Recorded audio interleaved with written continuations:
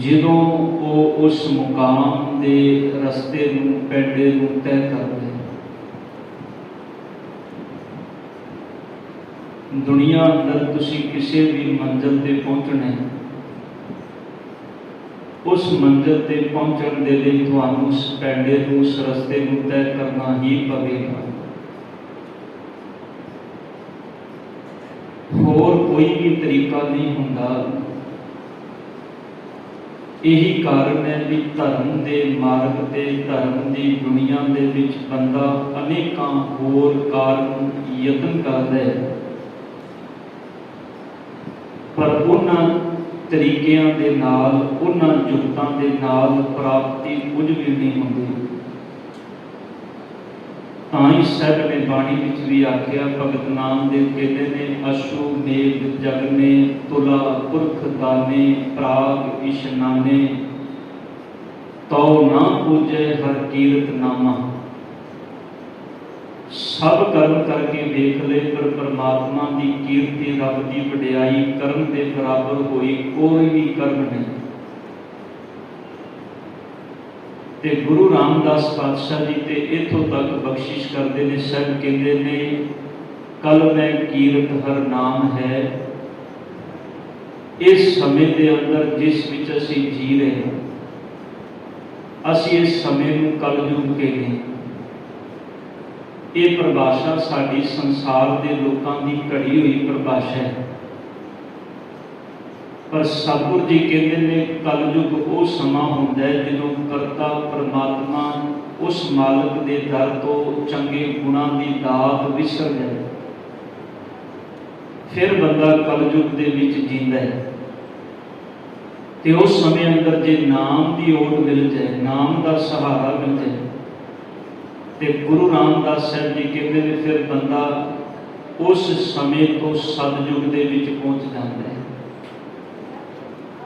ਆਓ ਸਤਿਗੁਰ ਕੀ ਅੰਮ੍ਰਿਤ ਬਾਣੀ ਨੂੰ ਜਿੱਥੇ ਬੜੇ ਪਿਆਰ ਨਾਲ ਆਪਾਂ ਸਰਵਣ ਕਰ ਰਹੇ ਸਾਂ, ਉੱਥੇ ਪਿਛਲੇ ਦਿਨਾਂ ਤੋਂ ਜਿਹੜੀ ਵਿਚਾਰ ਸਿੱਖ ਰਹਿਤ ਮਰਿਆਦਾ ਦੇ ਉੱਪਰ ਆਪਾਂ ਆਰੰਭ ਕੀਤੀ ਹੈ, ਉਹਦੇ ਵਿੱਚੋਂ ਕੱਲ ਤੱਕ ਆਪਾਂ ਅੰਮ੍ਰਿਤ ਬਚਨ ਜਿਹੜੇ ਸਰਵਣ ਕੀਤੇ ਸਨ ਵੀ ਕੀਰਤਨ ਦੀ ਮਰਿਆਦਾ ਕੀ ਹੈ। ਇਸ ਤੋਂ ਪਹਿਲਾਂ ਅਸੀਂ ਸ਼ਖਸੀ ਰਹਿਣੀ ਦੇ ਅੰਦਰ ਗੁਰਦੁਆਰੇ ਦਾ ਕਨਸੈਪਟ ਕੀ ਹੈ, ਵੀ ਗੁਰਦੁਆਰੇ ਅੰਦਰ ਆਉਣਾ ਕਿਵੇਂ ਹੈ, ਕਿਵੇਂ ਬੈਠਣਾ ਹੈ, ਹੁਕਮ ਕਿਵੇਂ ਲੈਣਾ ਹੈ, ਗੁਰੂ ਸਾਹਿਬ ਜੀ ਦਾ ਸਥਾਨ ਕੈਸਾ ਹੋਣਾ ਚਾਹੀਦਾ ਹੈ। ਕੱਲ ਆਪਾਂ ਨਾਲ ਕੀਰਤਨ ਦਾ ਕਨਸੈਪਟ ਜਿਹੜਾ ਹੈ ਵੀ ਕੀਰਤਨ ਦੀ ਮਰਿਆਦਾ ਕੀ ਹੈ। ਅੱਜ ਇਸ ਤੋਂ ਅਗਲਾ ਜਿਹੜਾ ਕਨਸੈਪਟ ਹੈ ਉਹ ਹੈ ਹੁਕਮ ਲੈਣਾ। ਗੁਰੂ ਗ੍ਰੰਥ ਸਾਹਿਬ ਪਾਤਸ਼ਾਹ ਜੀ ਤੋਂ ਹੁਕਮ ਕਿਵੇਂ ਲਿਆ ਜਾਏ। ਮੈਂ ਕੱਲ ਵੀ ਬੇਨਤੀ ਕੀਤੀ ਸੀ, ਸਾਧ ਸੰਗਤ, ਹਰ ਚੀਜ਼ ਇੱਕ ਮਰਿਆਦਾ ਦੇ ਅੰਦਰ ਹੈ। ਬੇਮਰਿਆਦੀ ਚੀਜ਼ ਨਾ ਬੰਦੇ ਨੂੰ ਚੰਗੀ ਲੱਗਦੀ ਹੈ ਤੇ ਨਾ ਕੁਦਰਤ ਵਿੱਚ ਪਾਉਂਦੀ ਹੈ। ਹਰ ਚੀਜ਼ ਇੱਕ ਮਰਿਆਦਾ ਦੇ ਅੰਦਰ ਹੀ ਚੰਗੀ ਲੱਗਦੀ ਹੈ। ਪਾਣੀ ਦਾ ਵਹਿਣ ਜਿੰਨੀ ਦੇਰ ਤੱਕ ਦੋ ਕੰਢਿਆਂ ਦੇ ਵਿੱਚ ਚੱਲਦਾ ਹੈ ਨਾ, ਉਹ ਬੜਾ ਸੋਹਣਾ ਲੱਗਦਾ ਹੈ। ਉਹ ਨਦੀ ਦਾ ਰੂਪ ਲੈ ਲੈਂਦਾ ਹੈ, ਸਰੋਵਰ ਦਾ ਰੂਪ ਲੈ ਲੈਂਦਾ ਹੈ। ਲੋਕ ਉੱਥੇ ਬੈਠ ਕੇ ਆਨੰਦ ਮਾਣਦੇ ਨੇ, ਚੱਲਦੇ ਪਾਣੀ ਵਿੱਚੋਂ ਜ਼ਰੂਰਤਾਂ ਪੂਰੀਆਂ ਕਰਦੇ ਨੇ। ਜਿੱਦਣ ਉਹ ਦੋ ਕਿਨਾਰਿਆਂ ਵਿੱਚ ਵਹਿੰਦਾ ਹੋਇਆ ਪਾਣੀ ਆਪਣੀ ਮਰਿਆਦਾ ਤੋਂ ਬਾਹਰ ਨਿਕਲਦਾ ਹੈ, ਕੰਢੇ ਤੋੜ ਦਿੰਦਾ ਹੈ, ਬੇਮਰਿਆਦਤ ਹੋਇਆ ਉਹ ਫਿਰ ਇਸ ਘਰਾਂ ਦੇ ਘਰ ਰੁੜ ਕੇ ਲੈ ਜਾਂਦਾ ਹੈ। ਇਸੇ ਤਰ੍ਹਾਂ ਜਿਹੜਾ ਜੀਵਨ ਮਰਿਆਦਾ ਵਿੱਚ ਚੱਲਦਾ, ਉਸ ਮਰਿਆਦਾ ਨੂੰ ਸਤਿਗੁਰ ਨੇ, ਧੰਨ ਗੁਰੂ ਗੋਬਿੰਦ ਸਿੰਘ ਪਾਤਸ਼ਾਹ ਜੀ ਨੇ ਰਹਿਣੀ ਦਾ ਨਾਮ ਦਿੱਤਾ। ਜੋ ਰਹਿਤਨਾਮਿਆਂ ਦੇ ਅੰਦਰ ਅਸੀਂ ਬਚਨ ਪੜ੍ਹਦੇ ਹਾਂ, ਰਹਿਣੀ ਰਹਿ ਸੋਈ ਸਿੱਖ ਮੇਰਾ, ਉਹ ਸਾਹਿਬ ਮੈਂ ਉਸਕਾ ਚੇਰਾ। ਉਹ ਮੇਰਾ ਸਾਹਿਬ ਹੈ ਤੇ ਮੈਂ ਉਹਦਾ ਚੇਲਾ ਹਾਂ। ਹੁਣ ਇਹ ਸਾਡੇ ਤੇ ਛੱਡ ਦਿੱਤਾ ਸਤਿਗੁਰ ਨੇ ਵੀ ਤੂੰ ਸਾਹਿਬ ਬਣ ਕੇ ਜੀਵਨ ਜਿਉਣਾ ਹੈ, ਕਿ ਤੂੰ ਸੰਸਾਰ ਦੇ ਅੰਦਰ ਚੇਲਾ ਬਣ ਕੇ, ਨੌਕਰ ਬਣ ਕੇ, ਪਾਪ ਨਿਗਾਰਤਾ ਦੇ ਵਿੱਚ ਪਸ਼ੂ ਬਣ ਕੇ ਜੀਵਨ ਜਿਉਣਾ। ਇਹ ਸਤਿਗੁਰ ਨੇ ਸਾਡੇ ਉੱਪਰ ਛੱਡ ਦਿੱਤਾ ਵੀ ਤੂੰ ਜੀਵਨ ਕਿਵੇਂ ਜਿਉਣਾ ਚਾਹੁੰਦਾ ਹੈ। ਔਰ ਸੱਚ ਵਿੱਚ ਇਹ ਹਰ ਬੰਦੇ ਦੇ ਉੱਪਰ ਨਿਰਭਰ ਹੈ। मैं जो किसी इंसान को समझाने का यत्न करा मैं नहीं समझा सकता, उन्नी देर तक वो नहीं समझेगा जिन्नी देर तक वो आप समझना नहीं चाहता। यही कारण है कई बार किसी बंदे को बहुत समझाया भी जाता है पर वो समझता नहीं। पर कई बार अचनचेत उनके मन में कोई ख्याल पैदा होता है, वो तुहाडे कोल आ जाता है भी नहीं मैनू समझाओ, मैनू समझ आ जाए इस गल की। इस करके किसी को समझाया गल नहीं कोई समझदा जिन्नी देर तक वो आप समझना ना चाहे। सतगुरु पातशाह जी के पावन बाणी गुरु ग्रंथ साहब जी तो हुक्म लैण की की मर्यादा है। हुक्म लैण का जिहड़ा कंसैप्ट है उहदे विच जिहड़ा सब तो पहला पॉइंट है श्री गुरु ग्रंथ साहब जी अगे मत्था टेकना, गुरु रूप संगत के अदब के नाल दर्शन करने ते आवाज़ा लेना या सुनना। आवाज़ा लैन का मतलब है हुक्म लेना। ध्यान देना पुराने समय चो पुराने गुरसिख आप शब्द वरतने हुक्मनामा या हुक्म लेना। पुराने समय चो सिख शब्द वरतते सन आवाज़ा लेना। जिहड़े खालसे बोले ने ना, कभी समा लगे तो खालसे के बोलियां के बारे पढ़ के देखना कितनी चढ़ती कला वाले बोले ने। उन्होंने विच शब्द हुक्म लेना नहीं, उन्होंने शब्द है आवाज़ लेना या आवाज़ा लेना। जो गुरु अर्जन देव पातशाह जी ने गुरु ग्रंथ साहब जी की संपादना की तो उस वक्त बाबा बुढ़ा जी ने जेड़े वचन कहे वो वचन इतिहास में दर्ज ने। उत्ते गुरु अर्जन साहब जी ने वचन कहे सन, बुढ़ा साहिब खोलो ग्रंथ। बाबा बुढ़ा जी गुरु ग्रंथ साहब जी को खोलो, गुरु ग्रंथ साहब पातशाह जी का प्रकाश करो। बुढ़ा साहिब खोलो ग्रंथ, लेहो आवाज, शब्द उथे भी आवाज, लेहो आवाज सुने सब पंथ। आवाज लवो गुरु ग्रंथ साहब जी के अंदरों, आवाजा लवो सारा पंथ तुहाडे उस आवाजे को गुरु ग्रंथ साहब जी के अंदरों सुनने के लिए तैयार बैठा है। सतगुरु गुरु ग्रंथ साहब पातशाह जी का जिहड़ा आवाजा लेना या सुनना, फिर सतगुरु के दर्शन हैं। ये गुरु ग्रंथ साहब जी के दीदार ने। असीं कई बार कहते हैं ना भी गुरु ग्रंथ साहब पातशाह जी के दर्शन करने, तो कई बार की होता है भी आवाज़ लैन तो बिना, अगे शब्द है वाक लैन तो बिना श्री गुरु ग्रंथ साहब जी का रुमाल चुक के दर्शन करना जां कराना मनमत है। मान लो मैं आया गुरुद्वारे, मैं भाई साहब को आख्या भी भाई साहब जी गुरु ग्रंथ साहब जी का ऊपर जिहड़ा रुमाला साहब जी उन्होंने चुक दिओ, मैं गुरु के दर्शन करना चाहता। मैनू मर्यादा का पता नहीं, मैं उन्होंने समझाने की बजाय उस रुमाला साहब जी को चुक के पासे किया। उस बंदे ने दर्शन किए, उन्हें गुरु ग्रंथ साहब जी के अंग को हाथ लाया, मत्थे ते लाया, उन्हें आख्या भी गुरु का दर्शन हो गया। मैं कल भी बेनती की सी साध संगत, साडी भावना हो सकती है, इस गल तो कोई नकारी नहीं। हर बंदे की अपनी भावना है, पर असी अपनी भावना के अनुसार नहीं जीना, सी गुरु की बख्शिश मर्यादा के अनुसार ते गुरु की मत अनुसार जीना। साडी भावना गुरु की मत के अनुसार होनी चाहिए। ये नहीं कि मैं आखा भी नहीं मेरी भावना है, मेरी भावना में तो बहुत कुछ आ सकता है, मेरी भावना में तो बहुत कुछ कहा जा सकता है, बहुत कुछ सुनिया जा सकता है, बहुत कुछ बयान किया जा सकता है। भावना मेरी नहीं, भावना गुरु के शब्द गुरु की मत के अनुसार मैं अपनी भावना बनानी। इसे करके तो शब्द आया है कि गुरु के दर्शन की ने संगत विच मत्था टेक के बैठना, सतगुरु की पावन बाणी का दर्शन करना, आवाज़ा लेना या सुनना। पाप आवाज़ लैनी, पाप हुक्म लेना, जे नहीं लै सकते तो संगत विच बैठ के सुनना। ये गुरु के दर्शन ने, ये गुरु के दीदार ने। तो जे आखिए भी गुरु ग्रंथ साहब जी तो रुमाला चुक के दर्शन करिया ही दर्शन होने ने, ऐसा करना ते कराना मनमत। फिर दूजा पॉइंट है संगत विच एक वक्त इको गल होनी चाहिए, कीर्तन जां कथा, वख्यान जां पाठ। भी गुरुद्वारे के अंदर एक समय एको ही चीज़ होनी चाहिए। ऐसा तो नहीं भी भाई साहब जी पाठ करते पे होंगे रहरास साहब जी का, इधर रागी सिंह तबला बाजा खोल के बह जान भी असी कीर्तन करना है। ना तुहानूं पाठ समझ आएगा, ना तुहानूं कीर्तन समझ आएगा। एक समय के अंदर एक चीज़ होनी चाहिए। यही कारण है गुरु घर की मर्यादा के अंदर पाठ, कीर्तन, कथा बखियान, अरदास, हुक्मनामा, ये चीज़ां कंटिन्यू एक तो बाद दूजी, दूजी तो बाद तीजी, इस तरह चलदियां। हुण कई बारी की हुंदा है, साध संगत असीं गुरुद्वारे आउंदे हां, असीं आके अपना पाठ गुरुद्वारे के अंदर करना चाहते हैं, साडा घर समा नहीं लगा, कोई वक्त नहीं बनया, किसी बंदे की कोई भी मजबूरी हो सकती है। पर जो असीं गुरुद्वारे में चाहे कीर्तन हो रहा है या कथा हो रही या पाठ हो रहा है, असीं आए गुटका साहब लिया तो संगत विच बह के पाठ करन दे, असीं अपना पाठ कर रहे हैं, पर ध्यान देना असीं वो पाठ नहीं कर रहे, असल में असीं गुरु की मर्यादा का घाण कर रहे हैं। क्योंकि ना साडा पाठ विच ध्यान है, ना साडा कीर्तन दे विच ध्यान है। एक समय के अंदर साध संगत ध्यान एक पासे ही लग सकता है, दो पासे नहीं ध्यान लग सकता। तुसीं देखो कई बारी घर दे विच बैठे आ, तुहाडा ध्यान किसी होर पासे हुंदा है ते तुहानूं घर दे अंदरों कोई घर दा जी आवाज़ मारदा है, कोई चीज़ कहंदा है, एक बारी कई, दूजी बारी कई, मुड़ के तुहाडे कोलों आके कहंदा मैं तुहानूं दो बारी गल कह रही, तुसीं सुनिया नहीं, तुसीं कहंदे हो मेरा ध्यान है। इहदा मतलब है हर चीज़ ध्यान मंगदी है। तुसीं पाठ कर रहे हो, मैं पाठ कर रहा, कोई भी इंसान वो चीज़ ध्यान मंगदी है। ध्यान तो बिना ज्ञान नहीं। दूजी गल, ध्यान और ज्ञान दोनों चीज़ां नाल नाल चलणगियां। तुसीं ध्यान किस चीज़ का लाना है, ये भी बड़ा जरूरी है, ये वखरा विषय है, ध्यान ते ज्ञान की है। पर इत्थे जिहड़ा विचार है वो ये है कि संगत विच एक समय कोई चीज़ होनी चाहिए।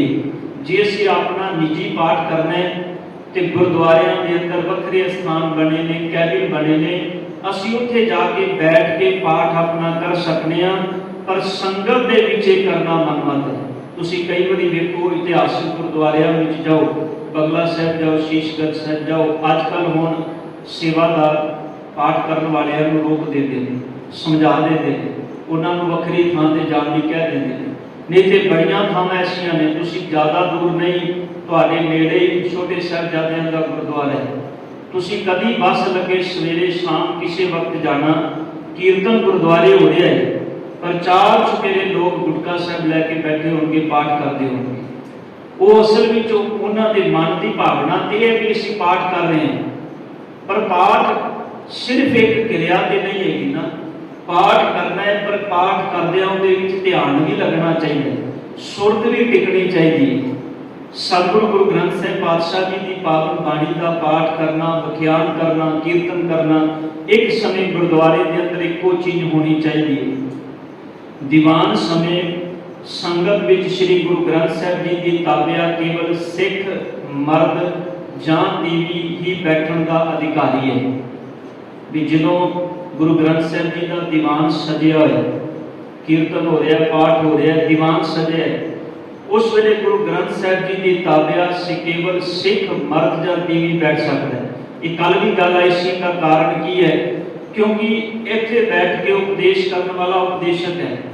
गुरु ग्रंथ साहिब जी की ताबिया विच बैठण वाला सारी संगत दे खिच दा केंद्र है।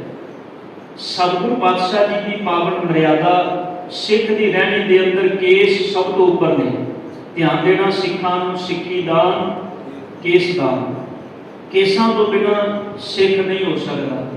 ये गल सानूं मननी पएगी। हाँ, दुनियावी तौर पर असीं जे चाहिए किसी ढंग नाल भी कोई भी इंसान है गुरु घर विच आके वखरे तौर पर गुरु ग्रंथ साहिब जी के ताबिया ते बैठ सकता है, पाठ कर सकता है किसी समय भी। पर संगत दे विच जो संगत आ रही है, संगत जा रही है, संगत की आवाजाई है, उस समय जो दीवान सजे हुए ने केवल सिख मर्द या औरत ही गुरु ग्रंथ साहिब जी की ताबिया बैठने का अधिकारी है। फिर इस तो अगे है, संगत को पाठ केवल सिख ही करके सुनाए, अपने आप लिए पाठ कोई भी गैर सिख या मर्द कर सकता है। अपने लिए पाठ कोई भी गैर सिख कर सकता है, कोई भी गैर सिख।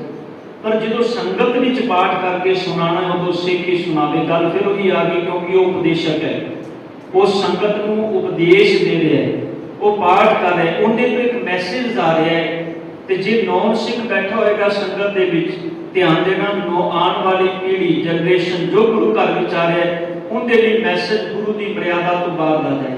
ਅਦਰਵਾਈਜ਼ ਕਿਸੇ ਸਮੇਂ ਕੋਈ ਵੀ ਬੰਦਾ ਪਾਠ ਕਰ ਸਕਦਾ ਹੈ, ਮਨਾਹੀ ਨਹੀਂ ਹੈ। ਗੁਰੂ ਗ੍ਰੰਥ ਸਾਹਿਬ ਸਭਨਾਂ ਲਈ ਸਾਂਝੇ ਨੇ, ਪਰ ਜਿਹੜੀ ਇੱਕ ਮਰਿਆਦਾ ਹੈ ਗੁਰੂ ਦੀ, ਉਸ ਮਰਿਆਦਾ ਦੇ ਅੰਦਰ ਹੈ ਕਿ ਸੰਗਤ ਦੇ ਵਿੱਚ ਪਾਠ ਕੇਵਲ ਸਿੱਖ ਹੀ ਕਰਕੇ ਸੁਣਾਏ। ਆਪਣੇ ਆਪ ਲਈ ਕੋਈ ਵੀ ਕਰ ਸਕਦਾ ਹੈ, ਕੋਈ ਮਨਾਹੀ ਨਹੀਂ। ਕੋਈ ਆਪਣੇ ਆਪ ਲਈ ਪਾਠ ਕਰਨਾ ਚਾਹੁੰਦਾ ਹੈ, ਜੀ ਸਦਕੇ ਕਰੇ, ਜਿੰਨਾ ਮਰਜ਼ੀ ਕਰੇ, ਕੋਈ ਮਨਾਹੀ ਨਹੀਂ ਹੈ, ਪਰ ਸੰਗਤ ਵਿੱਚ ਕੇਵਲ ਸਿੱਖ ਹੀ ਪਾਠ ਕਰੇ। ਫਿਰ ਹੈ ਹੁਕਮ ਲੈਣ ਲੱਗਿਆ, ਖੱਬੇ ਪੰਨੇ ਦੇ ਉਤਲੇ ਪਾਸਿਓਂ ਪਹਿਲਾ ਸ਼ਬਦ ਜੋ ਜਾਰੀ ਹੈ, ਮੁੱਢ ਤੋਂ ਪੜ੍ਹਨਾ ਚਾਹੀਏ। ਜੇ ਉਸ ਸ਼ਬਦ ਦਾ ਮੁੱਢ ਪਿਛਲੇ ਪੰਨੇ ਤੋਂ ਸ਼ੁਰੂ ਹੁੰਦਾ ਹੈ ਤਾਂ ਪਤਰਾ ਭਾਵ ਅੰਗ ਪਰਤ ਕੇ ਪੜ੍ਹਨਾ ਸ਼ੁਰੂ ਕਰੋ ਅਤੇ ਸ਼ਬਦ ਸਾਰਾ ਪੜ੍ਹੋ। ਧਿਆਨ ਦੇਣਾ, ਮੰਨ ਲਓ ਗੁਰੂ ਗ੍ਰੰਥ ਸਾਹਿਬ ਜੀ ਦਾ ਸਰੂਪ ਹੈ। ਜਦੋਂ ਅਸੀਂ ਪ੍ਰਕਾਸ਼ ਕੀਤਾ, ਜੇਕਰ ਖੱਬੇ ਪਾਸਿਓਂ ਭਾਵ ਇਸ ਸਾਈਡ ਤੋਂ ਉੱਪਰੋਂ ਸ਼ਬਦ ਸ਼ੁਰੂ ਹੋ ਰਿਹਾ ਹੈ, ਜਿਵੇਂ ਆਪ ਧਨਾਸਰੀ ਰਾਗ ਵਿੱਚ ਪੜ੍ਹਦੇ ਹੋ, ਧਨਾਸਰੀ ਮਹਿਲਾ ਪੰਜਵਾਂ, ਔਖੀ ਘੜੀ ਨਾ ਦੇਖਣ ਦੇ ਆਪਣਾ ਬਿਰਦ, ਇੱਥੋਂ ਸ਼ਬਦ ਸ਼ੁਰੂ ਹੋ ਰਿਹਾ, ਤੁਸੀਂ ਹੁਕਮ ਇਸ ਥਾਂ ਤੋਂ ਲੈਣਾ ਹੈ। ਜੇ ਉਹ ਸ਼ਬਦ ਪਿੱਛੋਂ ਚੱਲ ਰਿਹਾ ਹੈ ਤੇ ਮਰਿਆਦਾ ਹੈ, ਤੁਸੀਂ ਉਸ ਅੰਗ ਨੂੰ ਪਿੱਛੋਂ ਕਰਕੇ ਥੱਲਿਓਂ ਜਿੱਥੋਂ ਸ਼ਬਦ ਆਰੰਭ ਹੈ, ਤੁਸੀਂ ਉਸ ਥਾਂ ਤੋਂ ਮਰਿਆਦਾ ਦੇ ਅਨੁਸਾਰ ਹੁਕਮ ਲੈਣਾ ਹੈ, ਪਾਠ ਪੜ੍ਹਨਾ ਹੈ। ਇਹ ਮਰਿਆਦਾ ਹੈ ਹੁਕਮ ਲੈਣ ਦੀ। ਸਾਧ ਸੰਗਤ, ਇਸ ਤਰ੍ਹਾਂ ਨਹੀਂ ਵੀ ਤੁਸੀਂ ਹੁਕਮ ਕਿਸੇ ਵੀ ਥਾਂ ਤੋਂ ਲੈ ਲਵੋ, ਤੁਸੀਂ ਆਖੋ ਵੀ ਇਹ ਗੁਰੂ ਦਾ ਹੁਕਮ ਹੈ। ਨਹੀਂ, ਮਰਿਆਦਾ ਦੇ ਅਨੁਸਾਰ ਸੰਗਤੀ ਰੂਪ ਵਿੱਚ ਤੁਸੀਂ ਆਪਣੇ ਆਪ ਲਈ ਕੋਈ ਵੀ ਸ਼ਬਦ ਪੜ੍ਹ ਸਕਦੇ ਹੋ, ਤੁਹਾਡਾ ਪੜ੍ਹਨਾ ਮੁਬਾਰਕ ਹੈ। ਪਰ ਸੰਗਤ ਦੇ ਵਿੱਚ ਜਦੋਂ ਬੈਠੇ ਹੋਈਏ, ਹੁਕਮ ਲੈਣ ਦੀ ਇਹ ਮਰਿਆਦਾ ਹੈ। ਫਿਰ ਇਸ ਤੋਂ ਬਾਅਦ ਜੇਕਰ ਪਾਠ ਪੌੜੀ ਦੇ ਰੂਪ ਵਿੱਚ ਹੈ, ਪਾਠ ਜਿਵੇਂ ਸ਼ਲੋਕ ਤੇ 12 ਆ ਜਾਂਦੀਆਂ ਨੇ, ਉਸ ਥਾਂ ਤੇ ਸ਼ਲੋਕ ਤੇ ਪੌੜੀ ਦੋਨਾਂ ਦਾ ਪੜ੍ਹਨਾ ਜ਼ਰੂਰੀ ਹੈ। ਐਸਾ ਨਹੀਂ ਵੀ ਸ਼ਲੋਕ ਪੜ੍ਹਿਆ ਤੇ ਹੁਕਮ ਖਤਮ ਹੋ ਗਿਆ, ਉੱਥੇ ਸ਼ਲੋਕ ਤੇ ਪੌੜੀ ਦੋਨੋਂ, ਕਿਉਂਕਿ ਉਸ ਤਰਤੀਬ ਜਿਹੜੀ ਹੈ ਸ਼ਲੋਕ ਤੇ ਪੌੜੀ ਦੀ, ਕਿਉਂਕਿ 12 ਪੌੜੀਆਂ ਦੇ ਰੂਪ ਵਿੱਚ ਉਚਾਰਨ ਕੀਤੀਆਂ ਜਾਂਦੀਆਂ ਸਨ। ਸ਼ਲੋਕ ਗੁਰੂ ਪਾਤਸ਼ਾਹ ਜੀ ਨੇ ਬਾਅਦ ਵਿੱਚ ਨਾਲ ਐਡ ਕੀਤੇ ਨੇ, ਢੁਕਵੇਂ ਸ਼ਲੋਕ। ਸ਼ਲੋਕ ਵੀ ਪੜ੍ਹਨਾ ਹੈ, ਪੌੜੀ ਵੀ ਪੜ੍ਹਨੀ ਹੈ। ਜਿੱਥੇ ਪੌੜੀ ਦੀ ਸੰਪੂਰਨਤਾ ਹੋਏਗੀ ਉੱਥੋਂ ਤੱਕ ਹੁਕਮ ਹੈ, ਉਸ ਤੋਂ ਅੱਗੇ ਅਗਲਾ ਸ਼ਲੋਕ ਸ਼ੁਰੂ ਹੋਏਗਾ, ਉਹ ਨਹੀਂ ਪੜ੍ਹਨਾ। ਫਿਰ ਇਸ ਤੋਂ ਅੱਗੇ ਹੈ ਦੀਵਾਨ ਦੀ ਸਮਾਪਤੀ ਜਾਂ ਭੋਗ ਦਾ ਅਰਦਾਸਾ ਹੋ ਕੇ ਅੰਤਮ ਹੁਕਮ ਲਿਆ ਜਾਏ। ਵੀ ਜਦੋਂ ਦੀਵਾਨ ਦੀ ਸਮਾਪਤੀ ਹੋਣੀ, ਅਰਦਾਸ ਤੋਂ ਬਾਅਦ ਫਿਰ ਅੰਤ ਵੇਲੇ ਫਿਰ ਹੁਕਮ ਲਿਆ ਜਾਏ। ਇਸ ਤੋਂ ਬਾਅਦ ਹੈ ਸਾਧਾਰਨ ਪਾਠ। ਇਸੇ ਹੁਕਮ ਲੈਣ ਦੀ ਕੀ ਮਰਿਆਦਾ ਹੈ? ਹੁਣ ਹੈ ਸਾਧਾਰਨ ਪਾਠ, ਜਾਂ ਜਿਹਨੂੰ ਅਸੀਂ ਸਹਿਜ ਪਾਠ ਕਹਿੰਦੇ ਹਾਂ। ਇਹਦੀ ਮਰਿਆਦਾ ਕੀ ਹੈ? ਹਰ ਇੱਕ ਸਿੱਖ ਨੂੰ ਵਸ ਲੱਗੇ ਆਪਣੇ ਘਰ ਵਿੱਚ ਸ੍ਰੀ ਗੁਰੂ ਗ੍ਰੰਥ ਸਾਹਿਬ ਜੀ ਦੇ ਪ੍ਰਕਾਸ਼ ਕਰਨ ਦਾ ਵੱਖਰਾ ਤੇ ਨਿਵੇਕਲਾ ਸਥਾਨ ਨਿਯਤ ਕਰਨਾ ਚਾਹੀਏ। ਵੀ ਆਪਣੇ ਘਰ ਦੇ ਅੰਦਰ ਅਗਰ ਸਿੱਖ, ਉਹਦੇ ਕੋਲ ਘਰ ਦੇ ਅੰਦਰ ਥਾਂ ਹੈ, ਜਗ੍ਹਾ ਹੈ, ਤੇ ਉਹ ਆਪਣੇ ਘਰ ਦੇ ਵਿੱਚ ਗੁਰੂ ਗ੍ਰੰਥ ਸਾਹਿਬ ਜੀ ਦੇ ਲਈ ਇੱਕ ਸੋਹਣਾ ਥਾਂ ਬਣਾਏ, ਜਿੱਥੇ ਉਹ ਲਗਾਤਾਰ ਸਾਹਿਬ ਦੀ ਪਾਵਨ ਬਾਣੀ ਦੇ ਪਾਠ, ਸਾਧਾਰਨ ਪਾਠ, ਸਹਿਜ ਪਾਠ ਕਰਦਾ ਰਹੇ। ਫਿਰ ਅੱਗੇ ਹੈ ਹਰ ਇੱਕ ਸਿੱਖ, ਸਿੱਖਣੀ, ਬੱਚੇ, ਬੱਚੀ ਨੂੰ ਗੁਰਮੁਖੀ ਪੜ੍ਹ ਕੇ ਸ੍ਰੀ ਗੁਰੂ ਗ੍ਰੰਥ ਸਾਹਿਬ ਜੀ ਦਾ ਪਾਠ ਕਰਨਾ ਸਿੱਖਣਾ ਚਾਹੀਏ। ਵੀ ਹਰ ਇੱਕ ਸਿੱਖ ਨੂੰ, ਬੱਚੇ ਨੂੰ ਅੱਜ ਇਸ ਗੱਲ ਤੇ ਬੜਾ ਜ਼ੋਰ ਦਿੱਤਾ ਜਾ ਰਿਹਾ, ਕਿਉਂਕਿ ਸਾਡੇ ਘਰਾਂ ਦੇ ਅੰਦਰ 90% ਪਰਿਵਾਰਾਂ ਦੇ ਅੰਦਰ ਅੱਜ ਹਿੰਦੀ ਬੋਲੀ ਜਾਂਦੀ ਹੈ। ਸਾਡੇ ਨੌਜਵਾਨ ਬੱਚੇ ਆਪਸ ਵਿੱਚ ਗੱਲ ਕਰਦੇ ਨੇ ਤੇ ਹਿੰਦੀ ਬੋਲਦੇ ਨੇ। ਮਾੜੀ ਕੋਈ ਬੋਲੀ ਨਹੀਂ ਹੈ, ਤੁਸੀਂ ਅੰਗਰੇਜ਼ੀ ਬੋਲੋ, ਹਿੰਦੀ ਬੋਲੋ, ਉਰਦੂ ਬੋਲੋ, ਫਾਰਸੀ ਬੋਲੋ, ਕੁਝ ਵੀ ਬੋਲੋ, ਪਰ ਖਿਆਲ ਕਰਿਓ ਜਦੋਂ ਗੁਰੂ ਗ੍ਰੰਥ ਸਾਹਿਬ ਜੀ ਦਾ ਪਾਠ ਤੁਸੀਂ ਕਰਨਾ ਹੈ, ਸ਼ੁੱਧ ਪਾਠ ਕਰਨਾ ਹੈ, ਤੇ ਤੁਹਾਨੂੰ ਗੁਰਮੁਖੀ ਆਉਣੀ ਚਾਹੀਦੀ ਹੈ। ਅੰਗਰੇਜ਼ੀ ਦੇ ਵਿੱਚ ਤੁਸੀਂ ਪਾਠ ਕਰ ਸਕਦੇ ਹੋ, ਤੁਹਾਡੇ ਕੋਲ ਅੱਜ ਇੰਗਲਿਸ਼ ਦੇ ਵਿੱਚ ਵੀ ਹੈ, ਪਰ ਤੁਸੀਂ ਉਹਦਾ ਉਚਾਰਨ ਕਦੀ ਵੀ ਸਹੀ ਨਹੀਂ ਕਰ ਪਾਓਗੇ, ਕਿਉਂਕਿ ਟਿੱਪੀ ਨੂੰ, ਬਿੰਦੀ ਨੂੰ, ਸਿਹਾਰੀ ਨੂੰ, ਬਿਹਾਰੀ ਨੂੰ, ਇਹ ਜਿਹੜੀਆਂ ਮਾਤਰਾਵਾਂ ਨੇ, ਇਹਨਾਂ ਨੂੰ ਤੁਸੀਂ ਅੰਗਰੇਜ਼ੀ ਦੇ ਵਿੱਚ ਕਦੀ ਵੀ ਸ਼ੁੱਧ ਰੂਪ ਵਿੱਚ ਉਚਾਰਨ ਨਹੀਂ ਕਰ ਪਾਓਗੇ। ਇਸੇ ਤਰ੍ਹਾਂ ਹਿੰਦੀ ਦੇ ਅੰਦਰ ਜਿਵੇਂ ਤੁਸੀਂ ਪੜ੍ਹਦੇ ਹੋ, ਆਦਿ ਸੱਚ, ਜੁਗਾਦ ਸੱਚ, ਹੈ ਵੀ ਸੱਚ, ਨਾਨਕ ਹੋਸੀ ਪੀ ਸੱਚ, ਤੇ ਤੁਸੀਂ ਹਿੰਦੀ ਦਾ ਗੁਟਕਾ ਕਿਸੇ ਦੇ ਹੱਥ ਵਿੱਚ ਫੜਾ ਦਿਓ, ਜਿਹਨੇ ਕਦੀ ਹਿੰਦੀ ਦੇ ਗੁਟਕੇ ਤੋਂ, ਪੰਜਾਬੀ ਜਿਹਨੂੰ ਗੁਰਮੁਖੀ ਨਹੀਂ ਪਤਾ, ਜਿਹਨੇ ਪਹਿਲੀ ਵਾਰੀ ਗੁਟਕਾ ਹੱਥ ਵਿੱਚ ਫੜਿਆ ਹੋਵੇ, ਤੇ ਉਹਨੂੰ ਕਹੋ ਵੀ ਤੁਸੀਂ ਗੁਟਕੇ ਤੋਂ ਪਾਠ ਕਰੋ, ਉਹ ਜਦੋਂ ਪੜ੍ਹੇਗਾ ਨਾ, ਉਹ ਆਦਿ ਨਹੀਂ ਪੜ੍ਹੇਗਾ, ਉਹ ਆਦਿ ਪੜ੍ਹੇਗਾ, ਕਿਉਂਕਿ ਹਿੰਦੀ ਦੇ ਅੰਦਰ ਛੋਟੀ ਦੀ ਮਾਤਰਾ ਬੋਲੀ ਜਾਂਦੀ ਹੈ। ਉਹ ਪੜ੍ਹੇਗਾ ਆਦਿ ਸੱਚ, ਜੁਗਾਦੀ ਸੱਚ, ਜਦਕਿ ਇਹ ਪੰਜਾਬੀ ਦੇ ਵਿੱਚ ਆਦਿ ਸੱਚ, ਜੁਗਾਦ ਸੱਚ, ਕਿਉਂਕਿ ਵਿਆਕਰਨ ਦੇ ਕੁਝ ਨਿਯਮ ਨੇ। ਉਹਨੂੰ ਪਾਠ ਪੜ੍ਹਿਆ ਸਾਡਾ किसी अर्थयोग नहीं रहेगा, क्योंकि सानू शुद्ध उच्चारण नहीं आया। इस करके बस लगे हर सिख नूं, बच्चे नूं, बच्ची नूं गुरमुखी पढ़ के श्री गुरु ग्रंथ साहिब जी का पाठ सीखना चाहिए। फिर है हर एक सिख अमृत वेले प्रसाद छकण तो पहला श्री गुरु ग्रंथ साहिब जी का हुक्म लवे। भी प्रसाद पानी छकण तो पहला जे घर में गुरु ग्रंथ साहिब जी का प्रकाश है तो उठ के प्रसाद पानी छकण तो पहला अपने मर्यादा निभाने तो बाद नितनेम साहिब जी की मर्यादा निभाने तो पहला वो गुरु ग्रंथ साहिब जी की ताबिया बैठ के हुक्म लवे। जे इस विच उकाई हो जाए तो दिन विच किसी ना किसी वक्त जरूर श्री गुरु ग्रंथ साहिब जी का पाठ करे या सुने। जे पाठ नहीं कर सकता तो सुने, जे कर सकता है तो करना चाहिए। सफर कर लगे जे राह विच किते सफर कर रहे हैं तो असी गुरु ग्रंथ साहिब जी के दर्शन नहीं कर सकते, असी असमर्थ हाँ कि उस वेले शंका नहीं करनी मन में, उस वेले मन में भरम नहीं रखना भी अज के गुरुद्वारे नहीं गया, हुक्म नहीं दिया, पाठ नहीं किया। सफर में असी अजकल मोबाइल साढ़े को जे सानू पानी कंठ नहीं तो असी मोबाइल तो बैठ के उस वक्त, क्योंकि वो सिर्फ मजबूरी के विच उस सफर के अंदर है। जे कोई ये आके भी मैं तो सहज पाठ भी मोबाइल तो पढ़ना तो ये बिल्कुल गलत है। साध संगत सहज पाठ करने के लिए या तो गुरु ग्रंथ साहिब जी के पावन स्वरूप से करो या अपने घर में पोथियां या सैंचियां रखिए जिन्हों तो पाठ किया जा सकता है। उनकी मर्यादा जो बयान की गई आप पढ़ रहे हैं, पर मोबाइल तो असी पाठ रखिए भी करना है तो ये बिल्कुल मनमत है। मोबाइल तो कर सकते हैं, पर जो औंकड़ किते उखाई मान लो सफर कर रहे हैं किते बाहर साढ़े को कोई साधन नहीं, उस वेले असी मोबाइल तो पाठ कर सकते हैं, नितनेम कर सकते हैं। पर सहज पाठ करने के लिए गुरु ग्रंथ साहिब पातशाह जी की ताबिया या पोथी साहिब तो ही करना चाहिए। फिर चंगा तो यह है कि हर सिख अपना साधारण पाठ या सहज पाठ जारी रखे तो महीने 2 महीने या जिन्ना भी समा लगे उस समय के अंदर भोग पाए। हर एक सिख को अपना एक सहज पाठ जरूर आरंभ करना चाहिए। ये नहीं भी मेरे को समय नहीं।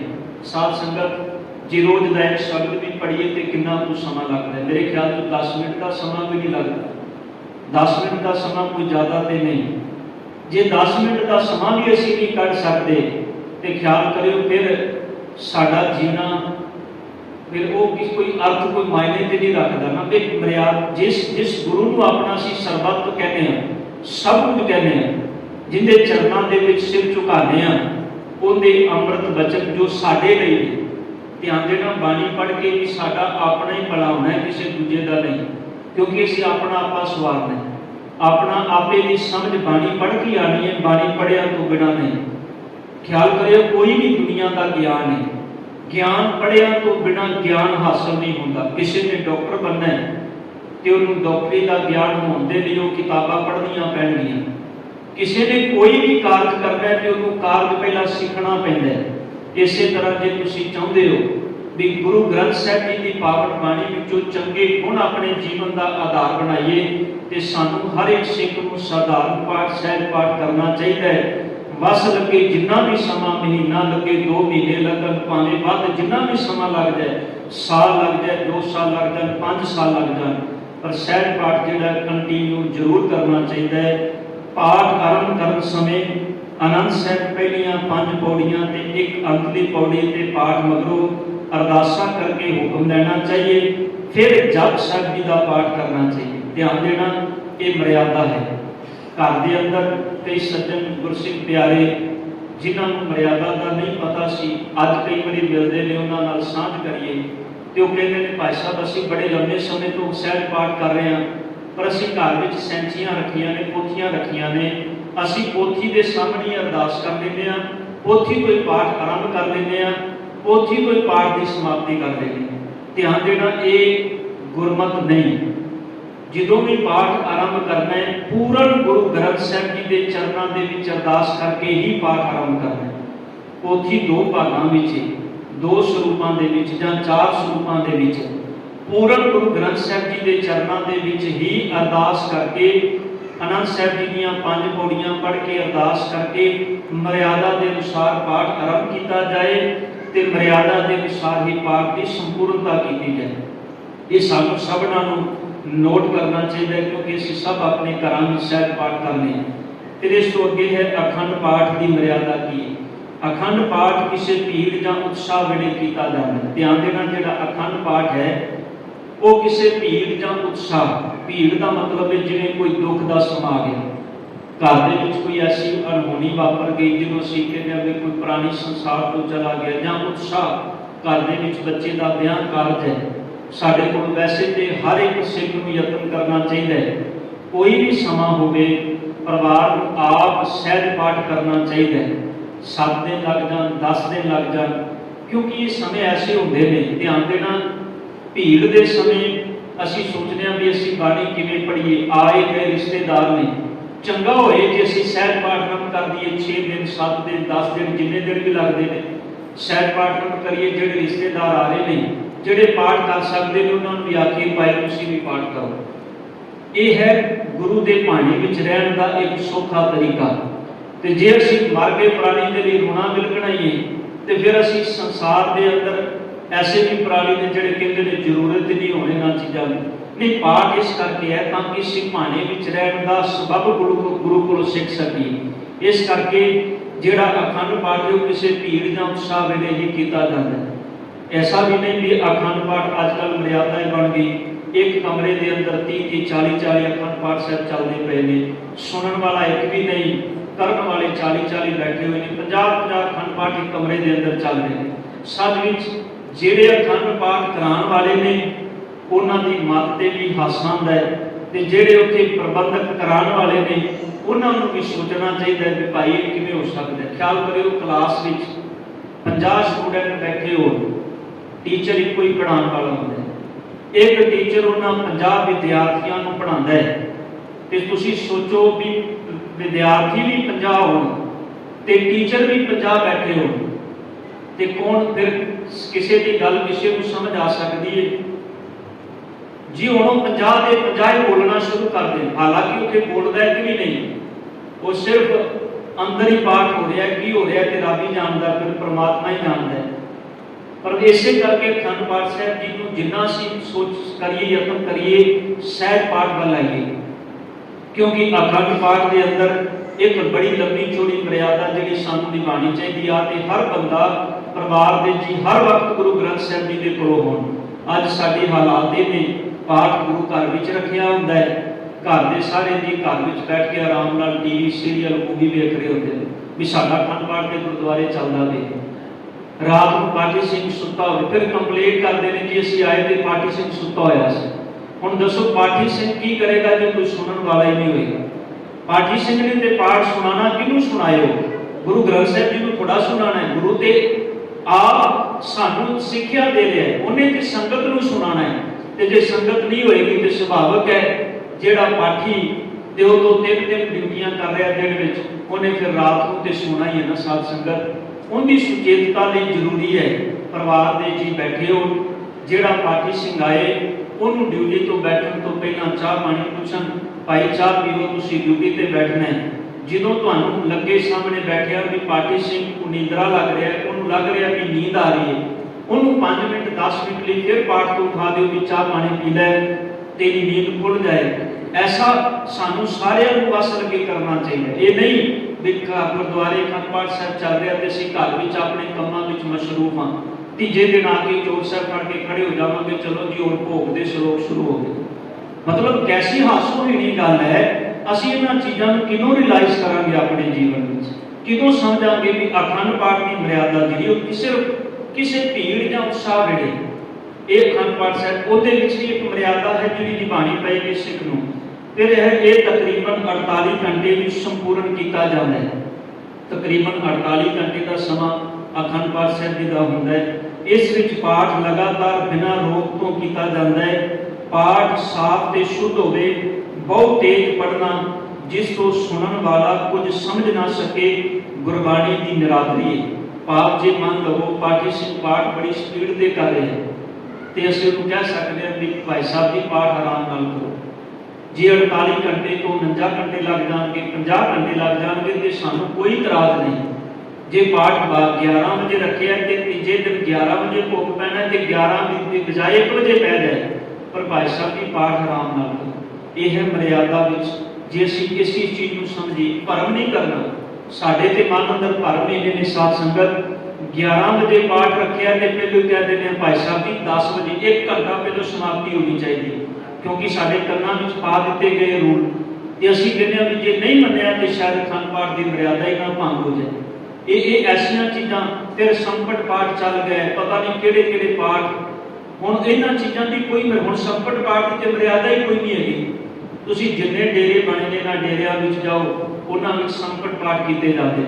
गुरु ग्रंथ साहिब जी का पाठ भी चल रहा है, नाल नाल जपजी साहिब का पाठ भी चल रहा है। संकट पाठ विच ही हुंदा है, नाल नाल जपजी साहिब का पाठ भी चल रहा है। सुनन वाला अखंड पाठ सुने के जपजी साहिब का पाठ सुने। फिर मर्यादा है कि संकट पाठ उनके लिए तुहानूं भेटा भी ज़्यादा देनी पएगी। फिर वक्-वक् तरह के पाठ साध संगत जी हैरानी होती है सुन के, वक्-वक् तरीकों के पाठ सतगुरु जी ने जिहड़ी मर्यादा दी वो मर्यादा अखंड पाठ सिर्फ 2 वक्त किया जाता है, किसी उत्साह वेले या भीड़ वेले।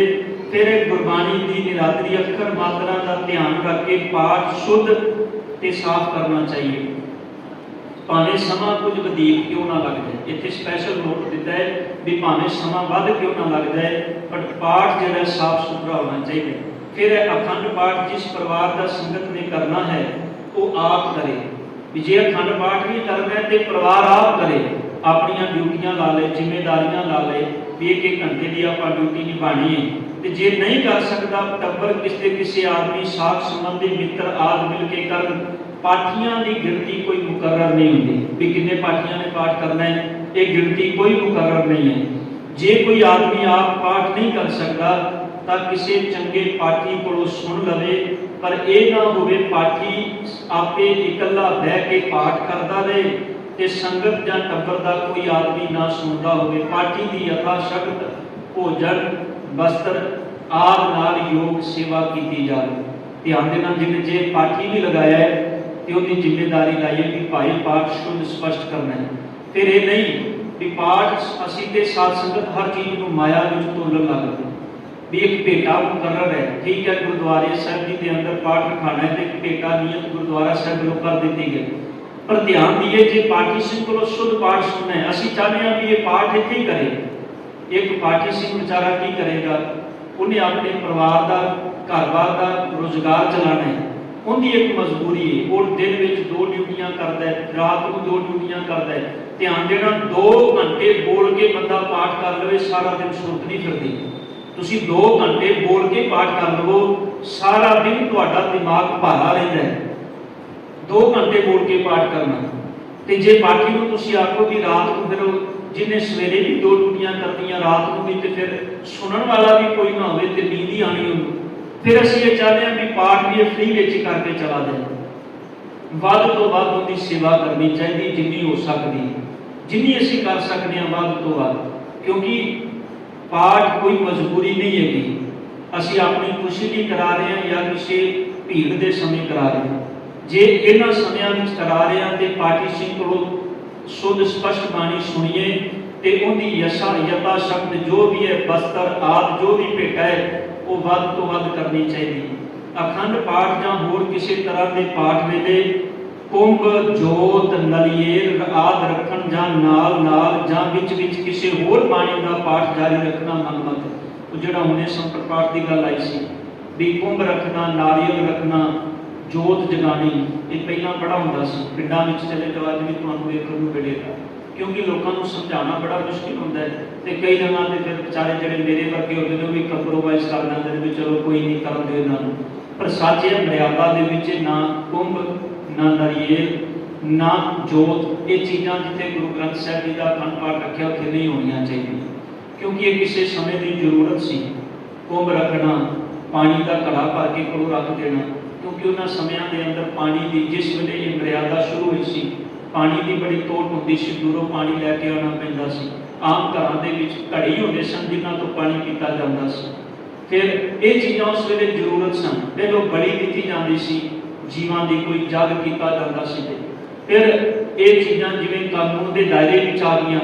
फिर पंडित ने एक नवा सलीका लिया, उन्हें आख्या भी हुण बंदे की पशु की बलि तो नहीं दे सकते, हुण जिहड़ा नारियल है क्योंकि वो नारियल का जो खोल तो खोली गए उनके दो अखां होंदियां ने, मूँह होंदा है, उन्होंने बलि के तौर पर रखा जाता है। यही कारण है पूजा करने तो बाद उन्होंने भन्निया जाता, तोड़िया जाता है। ये बलि का प्रतीक है। और वही चीज़ां असीं गुरुद्वारियां विच लैके आ गए। ये बलि का प्रतीक मनिया जाता है नारियल। यही कारण है पंडित पूजा तो बाद नारियल तोड़ता है, क्योंकि उन्होंने मर्यादा है। उनके विच पुराने समय जो लोग जिहड़े सन जो पूजा पद्धति उनके जिवें गैंडा मार होम जग किए, सतगुर की पावन बाणी का वचन है, गैंडा मार होम जग किए देवतियां की बाणे। भी तुसीं कहंदे हो भी जो जग किया भी साडे देवतियां की बाणी है, भी उस वेले जग करन वेले किसी पशु की बलि, उस वेले गैंडा हालांकि बड़ा विशाल पशु होंदा है, उनकी भी बलि दी जाती सी। होर पशुओं दी बलियां दित्तियां जांदियां सन, फिर बंदियां दी बलियां दित्तियां जांदियां सन। ये सब कुछ साडे समाज विच रहा है। पर सतगुरु गुरु ग्रंथ साहिब जी के चरणों के जो अरदास करके अखंड पाठ साहिब आरंभ करिए, उस वेले कुंभ जोत नरियल आदि रखने का मनमत है, जब नाल किसी होर बाणी का पाठ करना मनमत है। अखंड पाठ का आरंभ जिहड़ा है सधारण पाठ के आरंभ वेले प्रसाद लिया के आनंद साहिब 6 पौड़ियां का पाठ करके अरदास मगरों हुक्म लिया है। ये मर्यादा है किवें असीं सधारण पाठ या अखंड पाठ साहिब आरंभ कर रहे हैं। इस तो बाद सत संगत जी भोग श्री गुरु ग्रंथ साहिब जी के पाठ सधारण पाठ या अखंड पाठ का भोग मुंदावनी उत्ते या रागमाला पढ़ के चलती स्थानक रीति अनुसार पाया जाए। जो गुरु ग्रंथ साहिब जी की संपूर्णता होती है सब तो अखीर में रागमाला, उस तो पहलों मुंदावनी, मुंदावनी तो बाद श्लोक। वैसे इहदे बाबत पंथ विच दो रावां ने। रागमाला क्योंकि रागमाला के उत्ते कोई सिरलेख नहीं भी किहड़े गुरु की बाणी है, उत्ते सिर्फ एक ओंकार सतगुर प्रसाद रागमाला राग एक पंच परंगत संगे लापे आठों नंदन, उत्थे रागमाला आरंभ हो गई। किसी गुरु का उत्ते सिरलेख नहीं, हालांकि पूरे गुरु ग्रंथ साहिब जी की बाणी अंदर ऐसा किते भी नहीं। इस करके एक धिर मनती है भी ये गुरु ग्रंथ साहिब जी के अंदरों गुरु की कृत नहीं, इनू नहीं पढ़ना चाहिए। भी मुंदावली का मतलब होता है मुंद देना। भी गुरु ग्रंथ साहिब जी ने जो गुरु ग्रंथ साहिब जी की संपूर्णता की ते गुरु गोबिंद सिंह पातशाह जी ने दोबारा जो गुरु ग्रंथ साहिब जी की संपादना की, उस वेले सतगुरु पातशाह जी ने मुंदावली के उत्ते मुंदावली का मतलब है मुंदना, जिथे सारी बाणी को मुंद दिता, भाव ग्रंथ को संकोच दिता। इस करके कई लोग चलती स्थानक रीति अनुसार मुंदावनी के भोग पाते हैं। श्लोक महला पंजवां ते 13 किता जातो नहीं, कई जगह ते रागमाला पढ़ी जाती, पर उत्थे पंथ विच ये चीज़ां दो फाड़ ने, जो जिद्दी है पर नाल मर्यादा के अंदर लिखा गया कि इस गल बाबत पंथ च अजे तक मतभेद है। इसलिए रागमाला तो बिना श्री गुरु ग्रंथ साहिब जी की पीड़ लिखण या छापण का हिया कोई ना करे। भी जे कोई गुरु ग्रंथ साहिब जी की पीड़ छापते हैं, जिहड़ियां छापे खाते हैं, वो रागमाला पिछों अपनी मर्जी नाल हटा नहीं सकता। ये पंथ का फैसला है, जिन्हों फैसला होएगा पंथ किसी निर्णय से आएगा, उदम पूरे पंथ में हुक्म कर दिता जाएगा। पर अजे चलती स्थानक रीति के अनुसार ही भोग पाना चाहिए। जिवें जो असीं हरमंदर साहिब तुसीं देखते हो अखंड पाठ साहिब रखा होता है, जो आप दर्शन करते हो ऊपर अखंड पाठ साहिब रखे दी या परिक्रमा में अखंड पाठ साहिब रखे दी, उत्थे रागमाला पढ़ी जाती है। पर जो तुसीं अकाल तख्त ते जाते हो, जिन्होंने अकाल तख्त साहिब के अखंड पाठ रखाना होता है, अकाल तख्त से रागमाला नहीं पढ़ी जाती। मतलब एक ऐसी जो चित्ती है कि पंथ को असी किसी इन्होंने बेलोड़िया चीज़ों एवं वधाई जा रहे हैं, जबकि पंथ को एक डेढ़ पिछे फैसले कर देने चाहिए भी इसके बाबत भरम ना हो संगत के विच। पर पता नहीं साढ़े आगुआ संगत को भरम में रखने में ज़्यादा आनंद आता है। इस करके छोटिया छोटिया चीज़ों के बड़े भरम ने साढ़े पंथ में। पर सानू गुरु ग्रंथ साहिब जी की पावन बाणी की टेक लैके गुरबाणी की कसवटी के अनुसार ही सारे काम करने चाहिए।